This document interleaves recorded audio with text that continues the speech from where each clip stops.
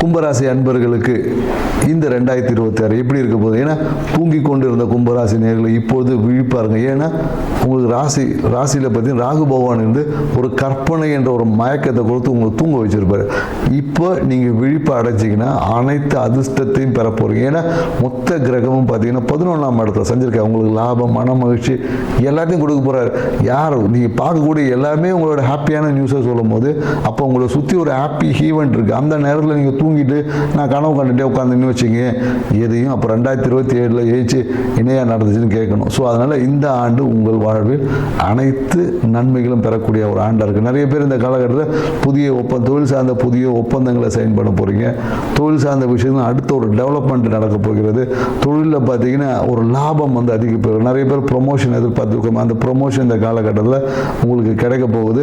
மேலும் என்னென்னாக்கா இந்த காலகட்டத்தில் மனம் என்பது ஒரு சிறிய ஒரு அழுத்தத்தில் இருக்கும். ஏன்னா மன அழுத்தம் மனசு வந்து எனக்கு ஒரு டிப்ளமேட்டிக்காக இருக்கும்.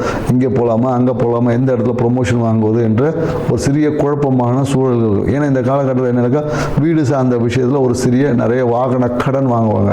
கடன் வாங்கக்கூடிய நிறைய பேர் வீட்டை கூட கடன் வாங்கி புதிய வீடு வாங்கக்கூடிய ஒரு வாய்ப்பு எல்லாமே இருக்குது.